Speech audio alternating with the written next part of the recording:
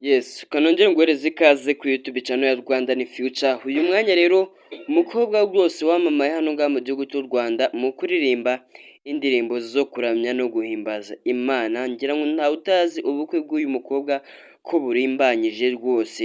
Uyu mukobwa rero akaba agarutse ku buzima bwiwe rwose yari abayeho ubwo yigaga muri segonderi. Wakibaza rero n'iki uyu mukobwa avuze ku buzima bwiwe igihe yari ari ku ntebe y'ishuri, nibe bigeragezo yahuye nabyo abwiye uyu mugabo wiwe Idris bagiye kurushinga.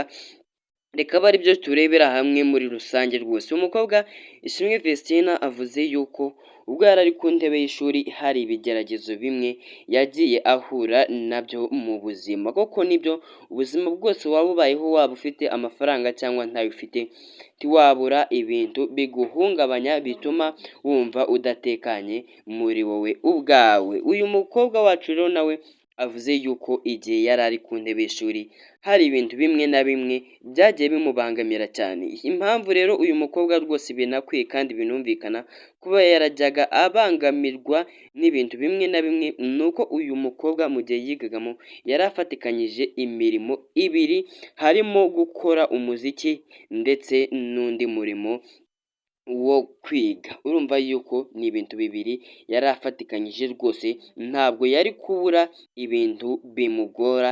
Ikindi rero nabwo ku rundi ruhande ni ukubera yuko uyu mukobwa ubwo yari yicaye ku ntebe y'ishuri, nabwo ku rundi ruhande yari afatikanyije ibintu bibiri, ariko hari n'ikindi cya gatatu ku ruhande yari abifatikanyije no gukunda, usibye yuko yari akunze mu buryo bw'ibanga, kubera yuko uyu mukobwa Ishimwe Vestina we na Idris aba bombi bamenyanye mu mwaka wa 2021, ubwo uyu mukobwa yari akiri ku ntebe y'ishuri. Aba ngaba rero usibye yuko imusozi hatigeze hanajya inkuru yabo y'urukundo, nta bigeze kubimenya rwose, usibye yuko bagiye gutungurwa no kubona amafoto menshi yisukiranya ku mbuga nkoranyambaga agaragaza yuko uyu mukobwa wacu yamaze gusezerana n'umunyaburukina Faso Idris w'imyaka 42 y'amavuko, ndetse n'uyu mukobwa wacu Ishimwe Vestina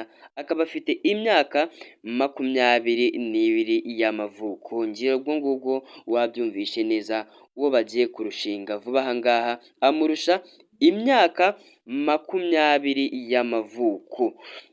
Uyu mukobwa wacu rero Ishimwe Vestina nk'uko nabikubwiye, ni umukobwa wakunze kurikoroza hirya no hino hano ngaha muri muzika nyarwanda mu kuririmba indirimbo zo kuramya no guhimbaza Imana. Uko bwije n'uko bukeye abakunzi b'uyu mukobwa we na Dorcas, cyane ko aba bombi bafatikanya, bakomeje kwibaza nimba koko iri tsinda ryabo rizakomeza gukora umuziki igihu kiri buditseho rwose.